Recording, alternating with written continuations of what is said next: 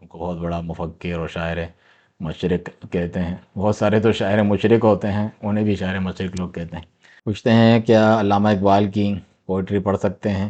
اگر نہیں تو کوئی توحید پرست اردو پوئٹس کا بتا دیں۔ شعر کے تعلق سے عام طور پہ جیسا شعراء میں بھی ہے، اور یعنی والشعراء یتبعهم الغاوون، زیادہ تر گمراہ لوگ ان کی پیروی کرتے ہیں۔ عرب کو اپنی شعر و شاعری پہ بڑا ناز تھا، ایک دوسرے کی ہجو کرنا یعنی جو ہے طنز کرنا، ذلیل کرنا یا اس قسم کے بھی کام شعر و شاعری کے ذریعے سے کرتے تھے، اور غلو مدح سرائی کسی کی اس میں غلو بھی کرتے ہیں۔ آپ آج کل کے نعتیہ اشعار دیکھیں جس شرک و بدعت سے بھرے ہوتے ہیں۔ اس کے علاوہ یہ بھی فرمایا کہ ایسے بھی ہیں یعنی شعراء میں سے جو اللہ پر ایمان لاتے ہیں اور نیک عمل کرتے ہیں۔ حسان بن ثابت تھے اور دوسرے صحابی، تو وہ نبی صلی اللہ علیہ وسلم کی دفاع میں، اسلام کی دفاع میں شعر پڑھتے جو کافروں پر تیر و نشتر سے بڑھ کر سخت ہوتے، تو وہ بھی جائز ہیں۔ بس یہ ہیں کہ انہوں نے اپنا پیشہ نہیں بنا دیا تھا اوڑھنا بچھونا جس طرح نعت خواں کرتے ہیں، اور وہ غلو پر مبنی نہیں تھے۔ تو شعر و شاعری کے بارے میں فرمایا کہ ان من الشعر الحکمہ، بعض شعر تو حکمت پر مبنی ہوتے ہیں۔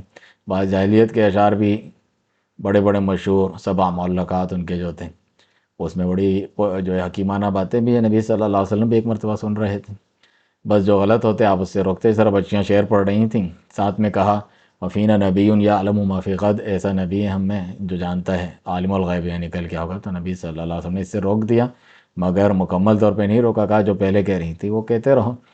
تو علامہ اقبال کی بھی شاعری ایک جو ہے متنازع قسم کی شخصیات ہے، صوفی اپنا کہتے ہیں، توحیدی اشعار بھی بڑے زبردست لکھے ہوئے ہوتے ہیں، اور وحدت الوجودی والی باتوں کا بھی تڑکا ہوتا ہے، کیونکہ مولانا رومی وغیرہ ان سے بھی وہ متاثر تھے، اور جو ہے انقلابی باتیں سیاسی وغیرہ وہ بھی ہیں ان کے اندر، ان کے تصور خودی اور شاہین اور اس قسم کی باتیں بھی ہیں، اور ان کو بہت بڑا مفکر اور شاعر مشرق کہتے ہیں۔ بہت سارے تو شاعر مشرق ہوتے ہیں، انہیں بھی شاعر مشرق لوگ کہتے ہیں۔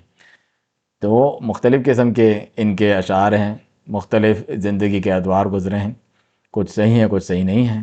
اسی طرح دیگر شعراء کا بھی معاملہ ہے، لیکن یہ کوئی ایسی شخصیات تو نہیں ہے دینی عالم وغیرہ جن سے باقاعدہ دین لیا جاتا ہے، ان کی غلو آمیز باتوں پر عمل کیا جاتا ہے، یا ان کے جو نظریات اور جو یہ فکر رکھتے ہیں اس سے مکمل طور پر جو ہے آپ کا متفق ہونا ضروری ہے، ایسا نہیں ہے۔ تو شعر تو یعنی یہ کوئی دینی کرائٹیریا کے حساب سے اس کے شعر نہیں لیے جا رہے ہیں۔